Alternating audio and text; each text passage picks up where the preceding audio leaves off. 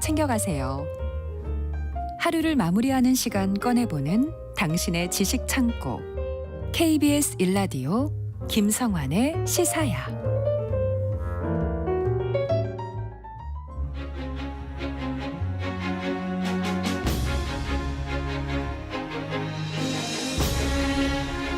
지금 KBS에서 대하 드라마 고려 거란 전쟁이 방영되고 있는데요. 거란의 공세를 막아낸 고려 현정과 강감찬 장군의 얘기, 많은 분들이 아마 관심 있게 지켜보고 계실 것 같습니다. 사실 강감찬 장군과 귀주 대첩 이야기는 많이 아시겠지만 현종이 고려판 세종대왕으로 일컬어질 만큼 성군이었다는 사실은 아시는 분들이 이렇게 많지 않을 것 같은데요. 오늘 흔적의 역사에서 고려 현정이 어떤 임금이었는지 그 발자취를 따라가 보도록 하겠습니다. 이규환의 스토리텔러와 함께하겠습니다. 안녕하세요. 안녕하세요. 네, 고려 현정의 발자취가 개성도 아닌 서울 한복판에서 확인이 되고 있다고요? 그렇습니다. 특히 올해인데요. 올해 네. 3월에 서울의 그 자암은 넘어 종로 신영동, 실제로는 구기동이라고 하는데 네, 그 도시형 생활주택 부지에서 굉장히 좀 의미심장한 유구와 유물이 나왔습니다. 고려 시대 건물터가 확인이 됐는데 건물터 입지를 보니까 뭔가 이 개경의 궁궐인 만월대를 좀 닮았다라는 견해가 있더라고요. 네. 거기서는 굉장히 그 최상품의 고려자기도 발견이 되고 그다음에 수정구슬로 만든 염주가 이제 동판 위에 올려놓은 그런 상태로 발견이 되기도 하고 유적의 연대가 1198년이다라는 걸 알 수 있는 명문 기화가 또 나오기도 했습니다. 이거 만월대라면 고려 궁궐이잖아요. 그렇죠. 네. 그러면은 그 정도의 위상하고 비슷한 뭔가가 있었다. 예, 뭐 만월대랑 뭐 이렇게 규모가 비슷하다기보다도 이제 입지가 좀 비슷하다는 느낌이었는데요. 예. 그래서 이제 그 발굴단에서는 건물터가 뭐 고려 왕실하고 좀 관련이 있는 거 아닌가, 특수 건물이다라고 추정을 했는데, 네. 근데 8월에도 뭐 한 5개월 지났는데 8월에도 그 유적에서 딱 10m밖에 안 떨어진 곳에서 네. 건물터 한 기하고 석축 3기가 노출이 됐는데 이 건물터를 보니까 난방 시설이 2기가 보였습니다. 무엇보다도 거기서 장의사라고 쓰여진 고려시대 명문기화가 나오고 청자와 도기 조각도 나오고 그랬습니다. 유구와 유물이 대체로 13세기 무렵이라고 하는 건데, 네. 근데 이 장의사 명문 찍힌 기화 같은 경우는 일부 특히 보면은 12세기 이전이다로 볼 수도 있는 견해도 있다고 합니다. 그러면 두 건물터가 현정과 관련이 있다. 그 직간접적으로 관련이 좀 있는 게 아닌가라고 보여지는데 예. 현정이 1009년에서 1031년 사이에 왕이 있었기 때문에 11세기 분이란 말이에요. 근데 네. 잇따라 발견된 두 건물터 연대가 뭐 안정적으로 볼 때 13세기 무렵이라고 해도 현정과 연결지을 수 있는 뭔가 근거가 되고, 근데 네. 장의사 명문기화 같은 경우를 보면 12세기 이전이라고 또 보기 때문에 네. 더더군다나 현정과 직접 관련을 논할 수 있다라는 건데, 이 장의사 사찰의 원래 위치는 그 지금도 남아 있습니다. 그 이 두 건물터에서 남쪽으로 350m 떨어진 현 그 세검정 초등학교 그 자리에 당간지주가 지금 남아 있는데요. 아, 그 보물이에요. 그래요? 보물인데 학교 안에 있는데. 예. 그래서 올해 발견된 두 건물터는 요 장의사 자리 세검정 초등학교하고 삼각산에 있는 승가사 그 사이에 자리 잡고 있다라는 것이 분명하죠. 그럼 장의사하고 하는 절과 네. 삼각산하고 네. 뭔가 관련이 있는 무엇이었을 것이다. 그렇죠. 건물터가 그렇다고 볼 수가 있는데 고려사 등을 보면은 이 개경에서 정사를 펼치는 고려 국왕이 승가사, 승가굴과 장의사 행치한다는 기사가 많이 나옵니다. 그래서 뭐 1090년을 보면 선종이 그 승가굴과 장의사 행치했다는 기록도 있고, 네. 숙종도 동생인 대각국사 의천하고 함께 왕실 가족들을 모두 이끌고 삼각산에 그 승가굴에 행차해서 기우제를 지닌 뒤에 갖가지 선물을 하사했다라는 내용. 그러면 예종과 의종 다 현종의 후손들인데 승가굴과 장의사를 방문했다라는 기록이 있는데요. 그래서 네. 이 장의사와 승가사 사이에 조성된 두 건물터가 뭔가 이 삼각산과 장의사를 찾아온 국왕이나 왕실 귀족들이 뭔가 머무는 숙소가 아니었을까. 거기 뭐 난방 시설도 있었기 때문에 네. 뭐 먹고 자고 했을 수도 있다라고 추정을 하고 있고, 그리고 지난번에 한번 말씀드렸지만 이 네네. 건물터가 숙종이 세운 남경 궁궐터가 청와대 자리거든요. 네네. 그거하고 또 지근거리에 있기 때문에 이 삼각 편대가 될 수 있다라고 할 수가 있는 거죠. 근데 고려 임금들이 네. 왜 이렇게 자주 남쪽으로 내려왔어요? 개경인데 여기 멀었을 텐데 그래도. 그러니까 이 고려 거란 전쟁을 보시는 분들은 아실 것 같아요. 네. 왜냐하면 이 장면에서 이제 현종이 짜잔하고 나타나는데 네. 그래서 현종에게는 출생의 비밀이 있죠. 그러니까 고려 왕실이 기본적으로 근친혼이 뭐 이렇게 성행을 했다라고 하는 걸 염두에 두면 네. 이제 그렇게 봐야 되는데 현종의 아버지 왕욱은 이 태조 왕건의 8번째 아들이었어요. 그리고 현종의 어머니인 그 헌정왕후인데 헌정왕후는 친언니인 헌혜왕후 나중에 천추태후가 되는 분인데 이 헌혜왕후와 함께 태조의 7번째 아들의 딸이었습니다. 그리고 두 자매 헌혜왕후와 헌정왕후는 경종, 이 경종은 또 태조의 넷째 아들인 광종의 맏아들이거든요. 그 경종의 3번째와 4번째 부인이 됩니다. 되게 복잡한데요. 어쨌든 간에 이 두 자매는 사촌 오빠인 경종과 혼인한 것이다. 라고 한마디로 정리할 아니요, 수가 지금 머릿속에 있는 가계도가 그려지질 않아요. 그래, 지금 다 가계도가 복잡하게 지금 다 꼬여 있는 것 기사에 같은데. 잘 나오니까 아 그래요?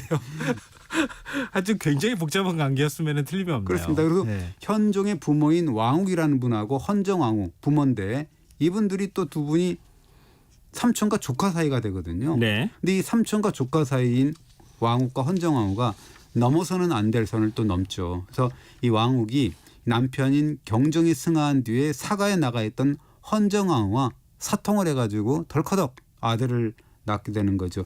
그 아들이 바로 훗날 현종이 되는 건데요. 네. 이 고려사를 보면 뭐라고 되어 있냐면 남편인 경종이 죽고 사가에 살던 헌정왕후가 꿈에서 오줌을 얻는데 네. 온 나라에 그 오줌이 흘러서 은빛 바다를 이뤘다라는 꿈을 꿨어요. 그래서 술사가 그 꿈풀이를 어떻게 했냐면 아들을 낳으면 그 아들은 반드시 왕이 될 것이다라고 풀이를 했어요. 그러니까 이제 헌정왕후는 야, 지금 내가 과부인데 과부인 내가 무슨 아들을 낳냐라고 쓴웃음을 졌는데 네. 그러나 그 술사의 말이 맞았던 거죠.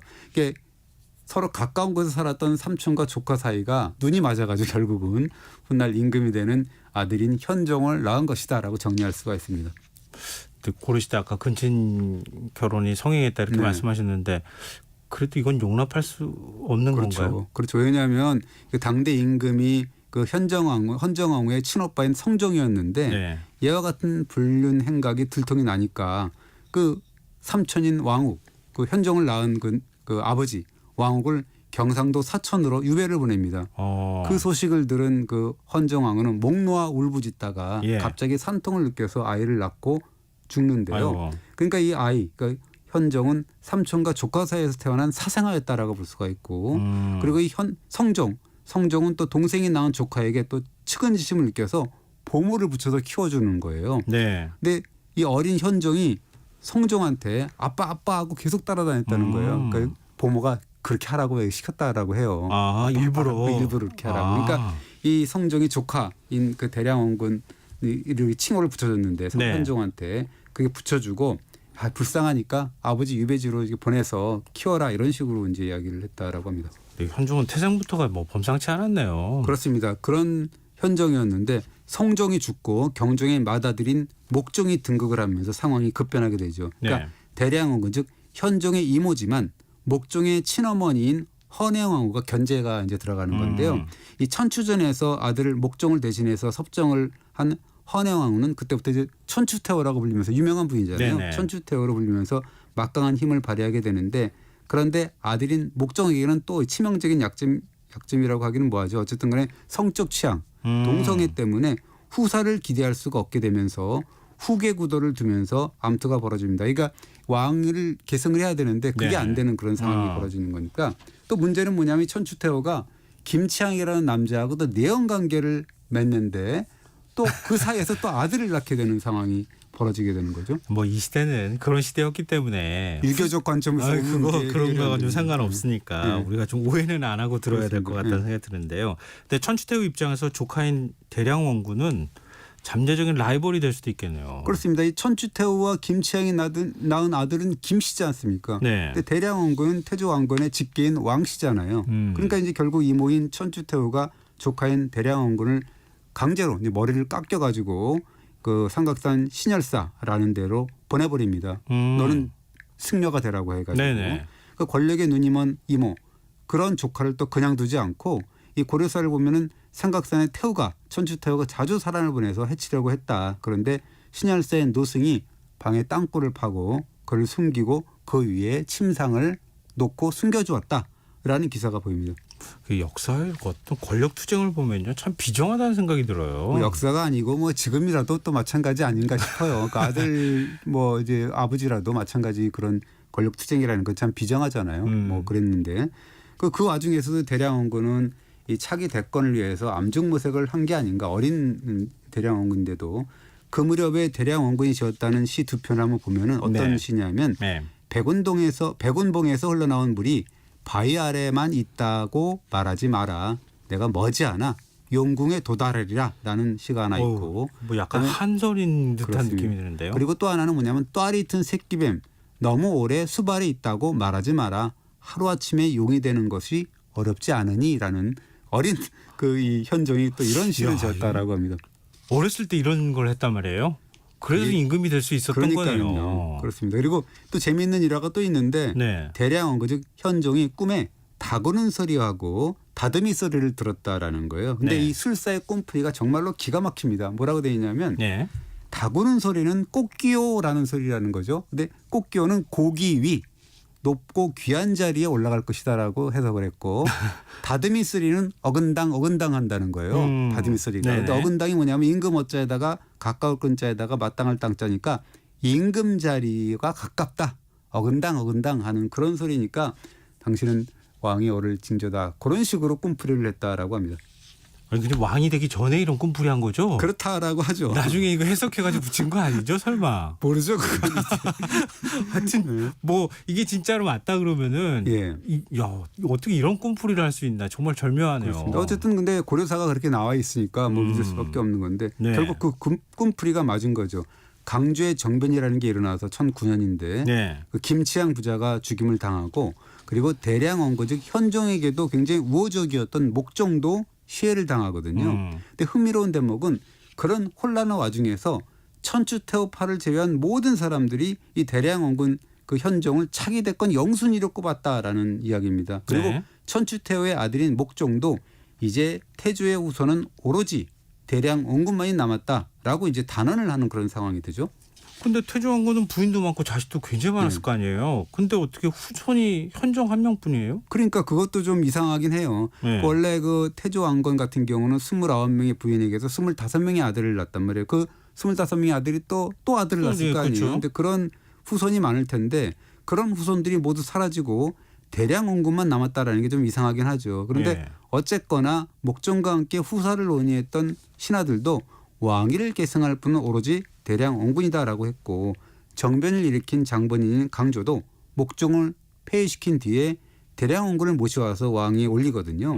그만큼 어떻게 보면 이 다른 성씨 김치양의 아들에게 사직이 돌아간다라고 하면 굉장히 큰일이다라는 위기의식이 컸다라는 느낌이 들고 예. 또 그만큼 현종에게 성군의 자질이 있었다라는 또 이야기도 될 수가 있습니다. 하여튼 여러 가지 면들을 다 따지긴 따졌겠죠. 왕의 자질을. 그렇습니다. 그런 네. 다음에 만장일치로 이분을 우리가 추대합니다. 이렇게 했다는 거네요. 그렇습니다. 근데 그렇게 이제 그 우여곡절 끝에 등극을 했는데 큰 위기가 닥치죠. 거란의 성종이 이 강조의 정변이 좀 이상한 거 아니야? 왜 임금을 죽였어?라고 이제 문책을 하면서 직접 40만 대군을 이끌고 침입을 하는 게 1010년 11월입니다. 그러니까 고려 조정이 패닉에 빠지게 돼서 네. 절대 다수의 신하들이 항복해야 됩니다라고 하는데 오히려 강감찬만이 나서서 피난을 가시라고 하거든요. 그러면서 전라도 나주까지 피난길에 나서는데 네. 현종이 여러 차례 곤욕을 치러요. 어떤 지방을 갔더니 하급 관리가 왕께서는 내 이름과 얼굴을 아세요? 뭐 이런 식의 어떤 그런 뭐 조롱을 하고 한밤중에도 숙소로 쳐들어오는 그런 자들 때문에 가까스로 몸을 또 피하기도 하고 전주에서는 거의 반란에 가까운 무력 시위를 또 절도사 세력들이 보여가지고 현종의 간담을 서늘케 하는 뭐 그런 상황이 벌어지기도 했습니다. 그 민심이 고려 조정에 가야지는 않았던 거네요. 초기니까요. 그리고 전주만 해도 후백제 잔영이 좀 남아있는 그런 데 있죠. 그러네요. 어쨌든 간에 그렇게 곤욕을 치르면서 온몸으로 현종 이거 아직까지는 아니구나. 내가 민심을 잡아야 되겠다라고 이제 온몸으로 느꼈겠죠. 네. 이 전쟁은 양규 장군, 이 양규 장군은 사실 되게 그 가수평가된 그런 장군인데 이게 뭐 이분도 어떻게 보면 재평가가 돼야 되는 분이죠. 네. 양규 장군 등의 대활약 때문에 덕분에 거란도 이제 승리를 장담할 수 없는 상황으로 전개가 되거든요. 그래서 현종이 거란에 입주하는 조건으로 어쨌든 강화를 맺고 전쟁이 끝납니다. 그런데 현종은 무슨 소리냐? 거란에 입조를 안 하고 또 거란이 요구한 강동 육성 자꾸 입조를 안 하니까 강동 육성 도 달라고 이제 네네. 하거든요. 예. 그것도 내주지 않죠. 그 사이에 이제 현종은 성과 포로를 꾸준히 쌓고 또 다시 벌어질 전쟁에 대비를 하고 또 강감찬 같은 인물을 또 이 서북면 행영 도통사의 책임을 맡겨서 대비하도록 하고 만반의 준비를 하죠. 그 거란이 결국은 또 쳐들어오는 거잖아요. 그렇습니다. 그래서 이 고려 거란 전쟁이 이제 3차 그래서 이제 1018년에서 1019년에 발발을 하는데 그때 이제 준비를 잘한 덕분에 두 차례 대첩이 있었습니다. 하나는 뭐냐면 소가죽으로 강둑을 막아서 터트린 그런 흥화진 대첩 유명하잖아요. 네. 그런 대첩이 있었고 그리고 두 번째는 철수하는 거란군을 귀주성 인근의 구릉에서 경멸한 귀주 대첩이 있는데 네. 10만 거란대군 중에서 살아 돌아간 자가 수천 명이다. 그뿐이다라고 해서 요 흥화진과 그 귀주의 대첩을 통틀어서 우리가 귀주 대첩이라고 얘기를 합니다. 그 후에 거란은 다시는 고려를 넘보지 못하는 상황이 오죠. 우리 역사에서 이렇게 대승을 거둔 전쟁이 있습니까? 거의 없죠. 거의 그렇게 완전히 물러나게 한 전쟁은 뭐 거의 없다고 봐도 뭐 과언이 아닌가 싶은데요. 네. 어쨌든 그렇게 위기를 넘긴 현종 본격적으로 고려의 기틀을 잡아갑니다. 모든 사치 호화스러운 의식을 제도를 다 폐지하고 승려들의 횡포도 엄금하고 굶주린 백성들의 구제에 힘쓰고 그리고 불교와 유교의 균형적인 발전도 도모해서 성종 때 폐지된 연등회와 팔관회를 부활시키는데 이거는 민심을 좀 하나로 묶는 그런 효과가 있는 거고 네. 그다음에 설총과 최총과 같은 선배 유학자들을 추봉하고 그들을 공자묘에 신주를 모시고 그렇습니다. 그리고 이 거란군의 침입을 이 불심으로 물리치려고 예. 그 유명한 초조대장경 제작을 착수해가지고 6천 권의 대부분을 완성을 하고 그렇습니다. 그리고 이 중앙집권 제도를 완별해가지고 5도 양계 체제라는 그런 9년제의 골격을 구축합니다. 그래서 그런 걸로 지방의 민심을 다잡았다라고 볼 수가 있는 거죠. 현종 때 고려 기틀이 다 잡힌 거네요. 그래서 이 고려가 그 이후에 오로지 현종의 후손이 고려의 왕계를 이어가게 돼요. 그래서 덕종, 정종, 문종, 선종, 숙종, 예종, 인종 등으로 이어지는데요. 이 현종과 인종 사이 130년 정도가 되거든요. 네. 요거를 고려의 태평기, 태평성대, 전성기라고 표현을 합니다. 근데 앞서 현종을 고려판 세종대왕이라고 칭한다 이런 표현을 썼는데 그렇습니다. 이게 어디 기록에 남아 있습니까? 남아 있습니다. 현종이 세종대왕이라는 표현은 고려서 세가 고종에 나와 있는데 네. 1254년에 고려 몽골의 계속된 침략에 되게 고달파진 고종이 예. 역대 왕들의 신의를 모신 태묘에 나가서 제발 좀 국난을 좀 극복하게 해달라라고 기원하는 제사를 올리는데 이때 현종은 세종대왕으로 지칭을 합니다. 뭐라 그러냐면 네. 세종대왕께서는 늘 큰 난리를 평정해서 중흥과 반정의 공을 세우셨다라고 했습니다. 아니 그거는 뭐 조선시대 세종대왕을 비유해서 표현한 게 아니라 그냥 세종대왕이었던 그 당시에는 거네요. 그렇게 얘기를 한 거죠. 오. 본래 그 세종이라는 묘호 이거는 나라를 반석에 올려놓거나 중흥시킨 군주에게 올리는 묘거든요. 물론 이제 현종이 정식으로 세종의 묘를 받지는 않았죠. 그러나 네. 고려시대 내내 위기에 빠진 나라의 깃을 잡은 세종대왕이다라고 예우를 받았다라는 사실을 알 수가 있습니다. 아, 그럼 진짜 세종대왕은 고려시대도 있었던 거네요. 그렇습니다. 오늘 처음 그렇다고 알았어요. 예, 그렇습니다. 이게 그 어떤 그 이 인물이나 뭐 임금을 평가하는 사관들의 잣대도 되게 칼 같잖아요. 그래서 네. 뭐 장점도 나열하지만 단점 또한 지나치는 법은 없는데 예를 들자면 이지연 같은 분이 그 현종의 아들인 문종을 두고서 뭐라고 표현하냐면 네. 가히 전성기와 일컬만 하다라고 평가를 하면서 말미에는 그러나 불교를 과하게 숭상을 했다. 그래서 궁궐보다 절을 사치하게 쌓았다라고 이제 꼬집는데요. 현종을 두고는 뭐라 그러냐면 완전히 무결점 성군으로 추앙을 합니다. 당대 사관이 최충은 뭐라 그러냐면 현종은 오랑캐와 화호를 맺고 전쟁을 멈추고 문덕을 쌓으며 세금과 요역을 가볍게 하고 준수한 인재를 등용하고 정사를 공평하게 해서 전국이 평안하고 풍년이 들었다. 나라를 중흥시킨 중흥지주다라고 극찬을 합니다. 이거 완전히 용비어천가인데요. 그렇습니다. 무결점인데 그러나 이런 그 무결점 평론도 사실은 그 후대 인물인 이재연의 한 줄 정리가 한마디로 끝내줍니다. 예. 뭐라 그러냐면 현종과 같은 경우 나는 비판할 거리가 없다라고 할 수 있다라고 이제 딱 잘라 말하는데요. 이런 극찬은 사실 조선조 들어서도 이제 계속되는데 예. 세지연간의 인물인 양성진은 전 왕조의 현종은 영명한 군주다라고 하고 선조대의 유성룡 같은 분은 아주 지긋지긋하게 이어지는 선조의 양의소동에 뭐라 그러냐면 제발 고려 현종 좀 닮아라.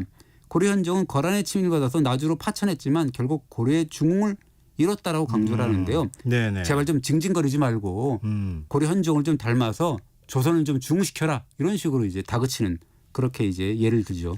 그러니까 위기를 기회로 반전시키는 임금이잖아요. 그렇습니다. 그러니까 네. 당연히 선조한테 그런 얘기 할 법하다. 이런 당연히 생각이. 그런 얘기를 했겠죠. 예, 그런 세 번 생각이 네 번 해요. 그런 그래요. 얘기를. 예. 그 정도로 조선 시대에도 그럼요. 고려 현종 예. 임금을 거론할 정도였다. 근데 왜 우리는 이렇게 고려 현종을 잘 그러니까요. 모를까요? 우리가 고려사를 잘 파악을 못해서 그러는 거고 예. 현종이 사실은 40살에 너무 일찍 돌아가셨어요. 아. 임금 자리는 23년 정도 계셨는데 조선조 찐 세종대왕 이분이 53살에 돌아가시고 제위가 33년이잖아요. 조금 짧았다라고 볼 수가 있는 건데요. 그러면서도 찐 세종대왕의 보험가는 군주다라고 극찬을 받을 만큼 업적을 쌓은 분입니다. 그런 분의 흔적 자체가 좀 서울시 남북판에서 발견되고 있는데요. 뭐 결국 후대 임금들은 이런 성지 순례 코스로 해서 현종이 고초를 겪었던 그런 삼각산을 찾았다라고 볼 수가 있습니다. 그래서 뭐 드라마도 나온 김에 이런 분의 어떤 현종의 그런 재평가가 이루어졌으면 좋겠다라는 생각이 듭니다. 근데 사실 고려 거란 전쟁 저도 계속 보지는 못했는데요. 보면서 약간 좀 어색했어요. 왜냐하면 고려사를 다루는 게 별로 없으니까 우리나라에. 네. 왕건은 많이 다뤘죠. 왕건 네, 같은 경우 왕건은 많이 다뤘지만 그래서 이번 기회에 KBS 고려 거란 전쟁을 시청하시면서 다시 이렇게 고려사를 기억 떠올리시면서 오늘 현종 얘기도 떠올려 보시면 어떨까. 그럼 훨씬 더 흥미롭게 드라마 보실 수 있지 않을까 이런 생각이 드네요. 자, 흔적의 역사 지금까지 이기원 히스토리텔러였습니다. 고맙습니다. 감사합니다. 김성환의 시사 오늘 순서 여기서 마칩니다. 모바일 쿠폰 당첨자는 홈페이지 공지사항에서 확인하실 수 있습니다. 날이 점점 추워지니까요. 감기 걸리시지 않도록 각별히 유의하시기 바랍니다. 지금까지 시사평론가 김성환이었습니다. 고맙습니다.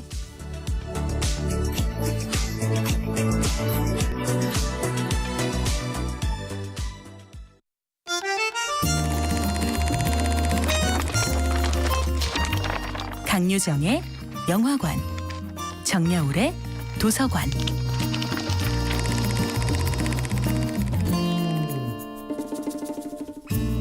안녕하세요. 무심히 지나쳤던 영화를 돌아보며 삶의 마디를 짚어보는 평론가 강유정의 영화관입니다. 오늘은 요시다 다이아치 감독의 종이달과 함께합니다. 종이달의 주인공 리카는 별다른 특징이랄 게 없는 평범한 가정주부였습니다. 그랬던 주인공이 은행에 재취업을 하게 되고 아이도 변화도 없던 결혼 생활이 아니라 다른 삶에 흥미를 갖게 됩니다. 은행에 일하면서 리카는 돈을 대하는 사람들의 다양한 태도를 보게 됩니다. 넘치게 많지만 손자의 학자금조차 빌려주지 않는 구두쇠 노인, 치매에 걸려 자기가 얼마나 가진지도 모르는 할머니, 말만 잘하면 뭐든 믿고 내주는 부부도 만나게 되죠. 그러다 구두쇠 할아버지로부터 외면당한 딱한 처지의 대학생과 마주하게 됩니다.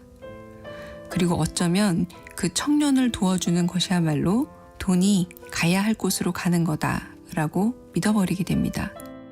이 믿음은 청년에 대한 리카의 욕망까지 포장해버렸죠. 러시아 작가 안톤 체홉은 그의 소설 지루한 이야기에서 이런 말을 한 적이 있습니다. 당신이 원하는 것을 말해보라. 그러면 당신이 어떤 사람인지 말해주겠다.